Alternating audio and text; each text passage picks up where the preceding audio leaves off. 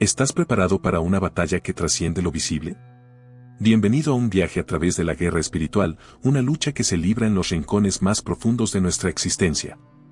En este video, exploraremos las estrategias y herramientas esenciales para resistir y vencer en este combate invisible pero poderoso que afecta a cada aspecto de nuestras vidas. Todos los días una guerra invisible se libra a nuestro alrededor. Esta contienda no es escuchada pero se siente en todos los aspectos de nuestra vida. Un adversario devoto y malévolo busca causar estragos en todo lo que nos importa: tu corazón, tu mente, tu matrimonio, tus hijos, tus relaciones, tu resiliencia, tus sueños y tu destino. Pero su estrategia depende de tomarnos desprevenidos y desarmados. El apóstol Pablo era consciente de la guerra espiritual en el mundo.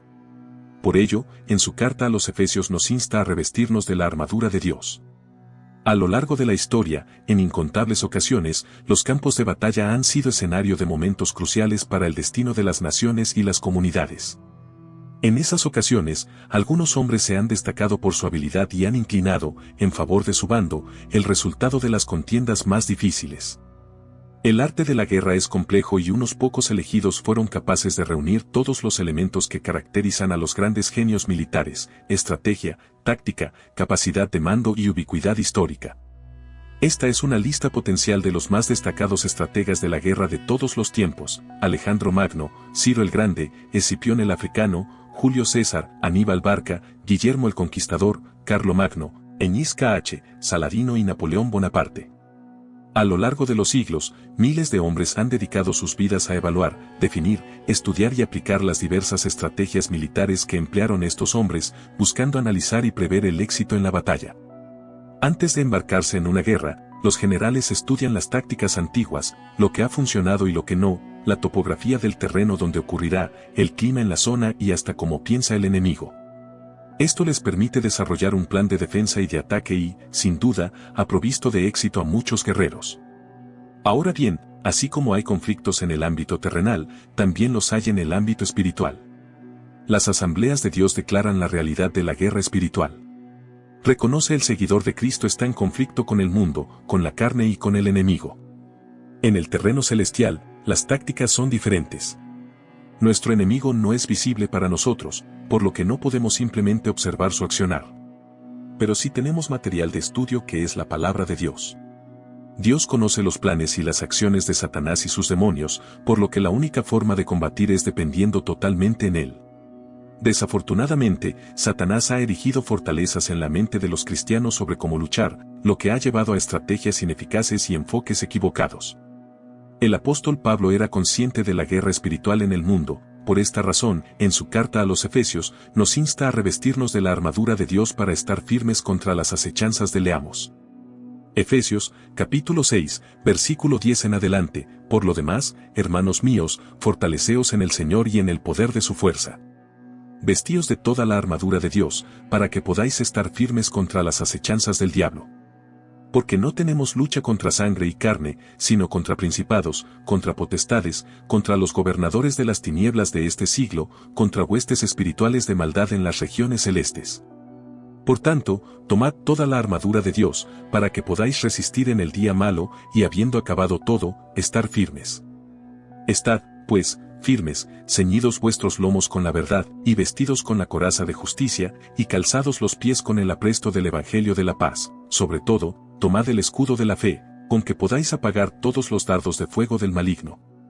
Y tomad el yelmo de la salvación, y la espada del Espíritu, que es la palabra de Dios, orando en todo tiempo con toda oración y súplica en el Espíritu, y velando en ello con toda perseverancia y súplica por todos los santos, y por mí, a fin de que al abrir mi boca me sea dada palabra para dar a conocer con denuedo el misterio del Evangelio, por el cual soy embajador en cadenas, que con denuedo hable de él, como debo hablar. El apóstol Pablo escribió la carta a los Efesios desde la prisión en Roma, donde sin duda se familiarizó bastante con la armadura del ejército romano. Sus captores, el apóstol, hizo un interesante paralelo entre la armadura de un soldado y la armadura espiritual de Dios. Tampoco lo olvidemos. Pablo, todo ese tiempo, había estado encadenado a la muñeca de un soldado romano, literalmente. Pablo era un embajador en cadenas. Al escribir este pasaje, la armadura del soldado le sugiere un cuadro pictórico.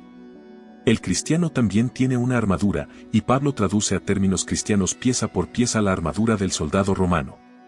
Notemos las primeras palabras del apóstol: por lo demás, hermanos míos, fortaleceos en el Señor y en el poder de su fuerza.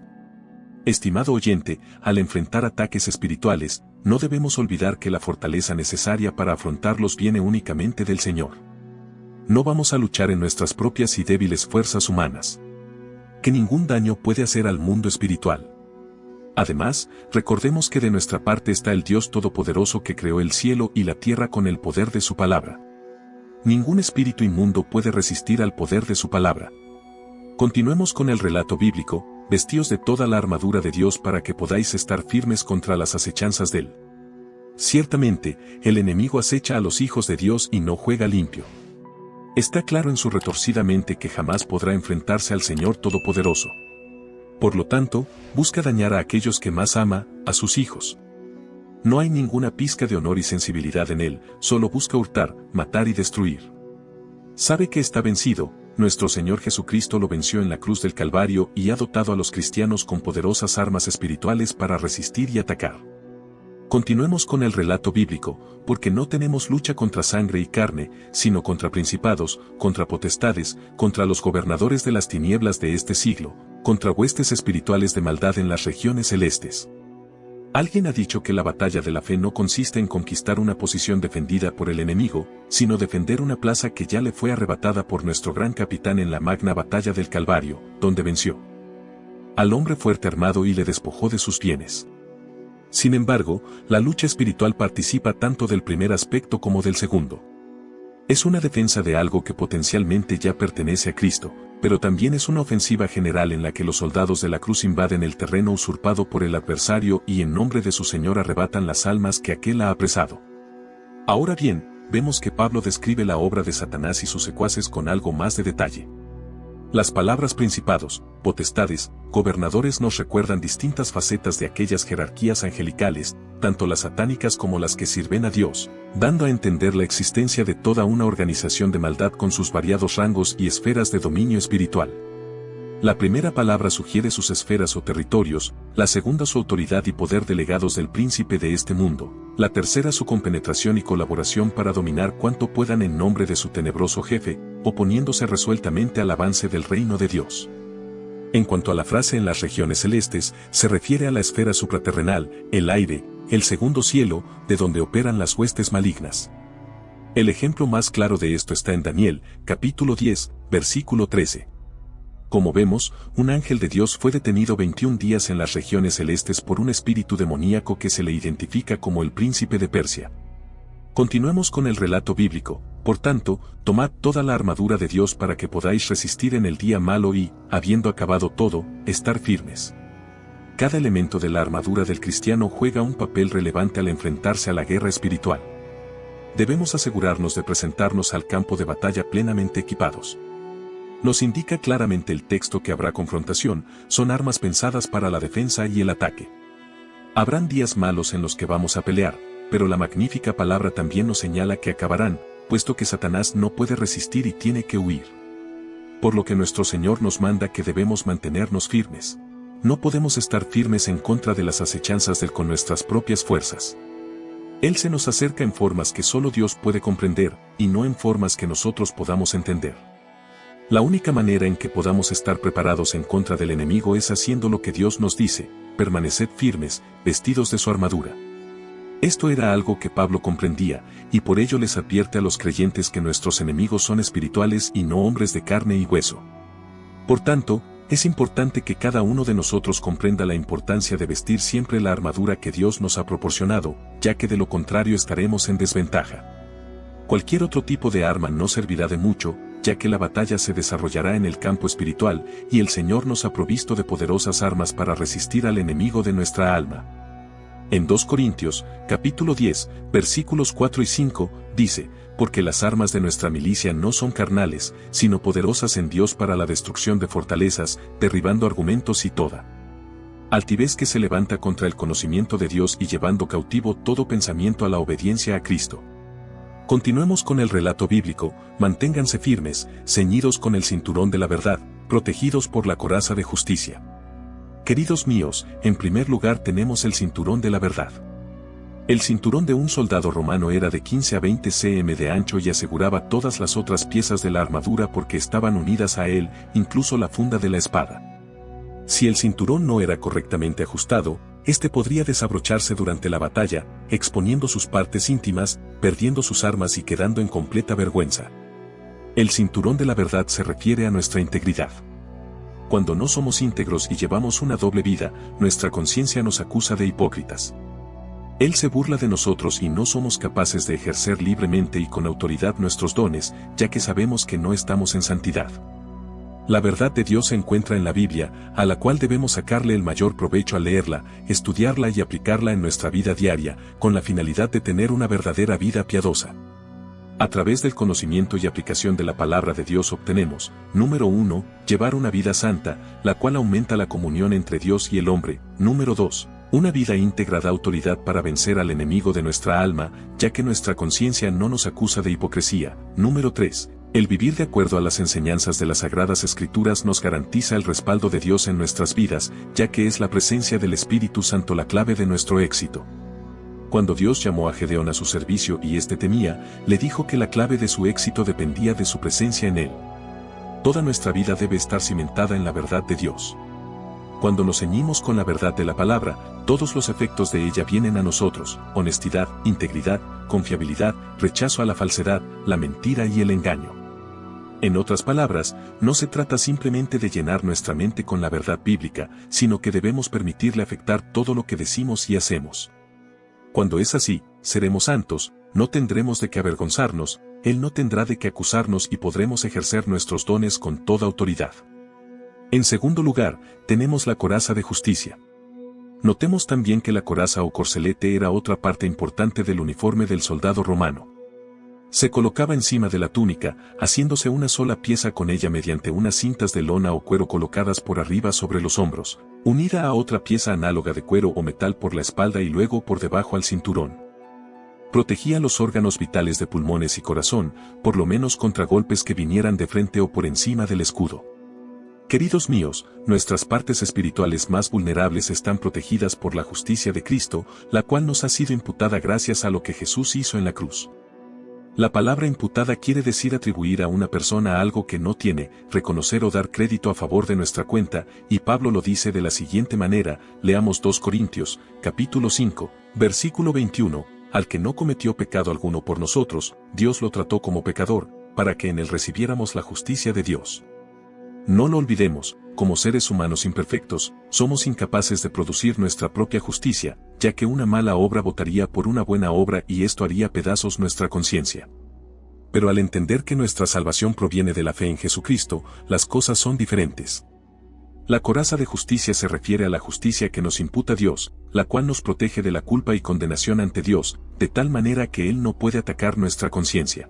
Si usted no tiene esta verdad en su vida, Él se divertirá arruinando sus sentimientos, le dirá mentiras y lo empujará a hacer lo malo. A menos que usted tenga esta verdad como el fundamento colocado debajo de todo lo que usted cree, ni su doctrina ni su teología ni su vida estarán en lo correcto. Si usted no tiene esa verdad y si no la entiende, ni siquiera podrá obedecer a Dios. Continuemos leyendo el relato bíblico, y calzados con la disposición de proclamar el Evangelio de la paz. Las sandalias, más bien botas o alpargatas gruesas del soldado, daban firmeza a sus pies, capacitándolos para terreno sin lastimarse y quedar inutilizados para su cometido.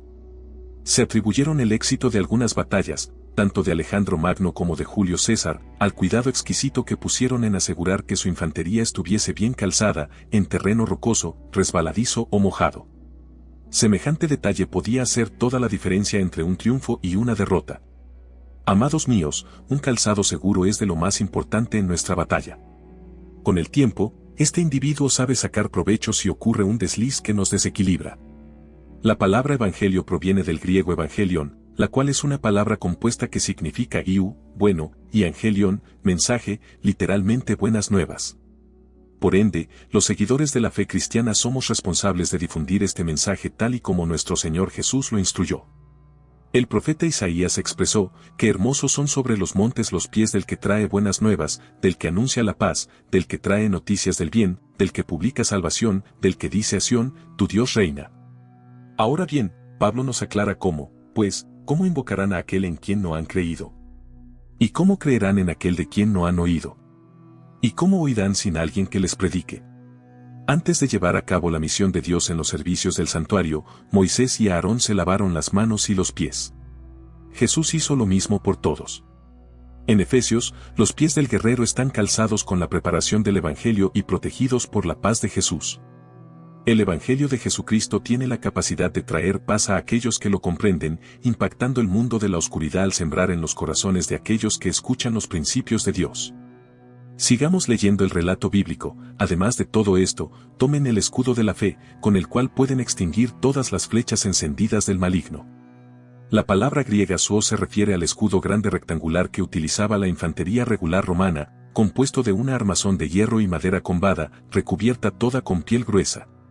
Podía desviar o resistir tanto los golpes más fuertes de los contrincantes de cerca como los dardos incendiarios que se lanzaban desde lejos.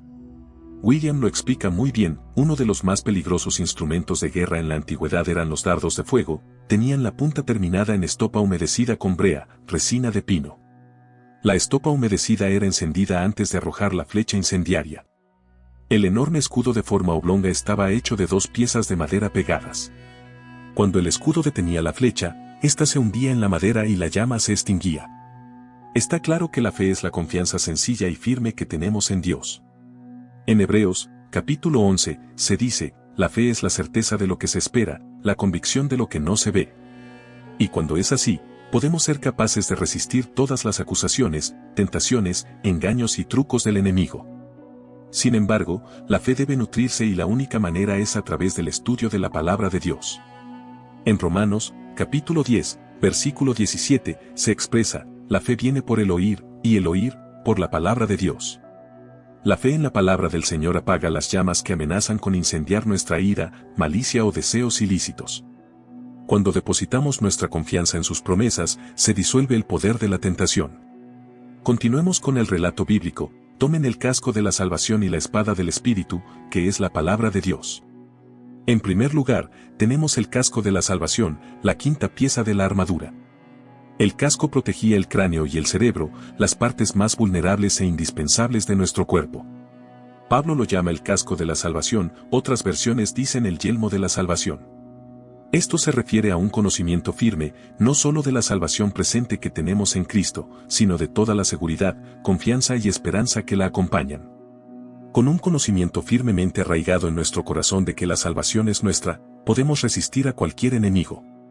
En 1 Tesalonicenses, capítulo 5, versículo 8, se menciona, nosotros, que somos del día, estemos siempre en nuestro sano juicio, protegidos por la coraza de la fe y del amor, y por el casco de la esperanza de salvación. A través de la esperanza de la salvación, protegemos nuestra mente. Pablo afirma que nosotros tenemos la mente de Cristo. Nuestra mente es sumamente importante, lo que entendamos acerca de nosotros mismos y de Dios determinará nuestras acciones. Por tanto, es crucial que nuestra mente esté influenciada por la palabra de Dios. Por ello, la Biblia nos exhorta a cuidar nuestra mente. En Romanos, capítulo 12, versículo 2, se dice, no se amolden al mundo actual, sino sean transformados mediante la renovación de su mente, para que puedan comprobar cuál es la voluntad de Dios, buena, agradable y perfecta. En lugar de ser conformados por los valores de este mundo, el creyente debe ser transformado mediante la renovación de su mente. La palabra transformados proviene del griego metamorfo, de donde deriva nuestra palabra metamorfosis, la cual literalmente significa un cambio de forma, similar al que experimentan algunas especies. Por ejemplo, algunos insectos sufren este cambio radical como los gusanos que entran en una especie de letargo en un capullo para luego transformarse en un ser completamente diferente que conocemos como mariposa. Cuando llegamos a Cristo, tenemos una mente dañada por todo lo negativo que aprendimos en el pasado. Nuestras conductas y hábitos están influenciados por los principios de este mundo. Sin embargo, el deseo de Dios es que seamos transformados completamente, pero esto se logrará a través de renovar toda nuestra mente. En segundo lugar, tenemos la espada del Espíritu, que es la palabra de Dios. La espada que es la palabra de Dios es la única arma ofensiva mencionada en esta armadura. Varios tipos de espadas fueron usadas por los soldados romanos en sus largas batallas, espadas de un solo filo, espadas tipo dagas más cortas y la majira. La hoja de la majira era de 2 pies de largo, tenía filo en ambos lados y podía penetrar rápidamente en la víctima. La mayoría de sus enemigos usaban espadas largas de un solo filo, lo que mostró su desventaja contra la rapidez y agilidad de los romanos. Por esto mismo, el autor de la carta a los hebreos compara la palabra de Dios con una espada de 2 filos. En griego hay 2 términos usados para referirse a la expresión palabra, los cuales son logos y rema. Es interesante que el escritor usara el término griego rema en lugar de logos. Logos se refiere a una proclamación por escrito en el contexto del Evangelio como un todo, en contraste, rema se refiere a palabras habladas con una implicación más dinámica. En este sentido, la palabra de Dios no es solo un montón de páginas escritas sin mayor trascendencia. Al contrario, está viva y es eficaz y cortante como una espada de 2 filos, capaz de penetrar en lo más profundo de nuestro ser. Solamente tenemos que citarla con nuestra boca y esperar sus efectos poderosos en nuestra vida. En la lucha con la tentación, esto significa que la palabra de Dios es nuestra mejor arma ofensiva y la más admirable. El hecho de que Jesús citara las Escrituras 3 veces durante la prueba de Satanás en el desierto debiera ser suficiente para convencernos de que hasta Dios encarnado se apoyó en la palabra para poder resistir.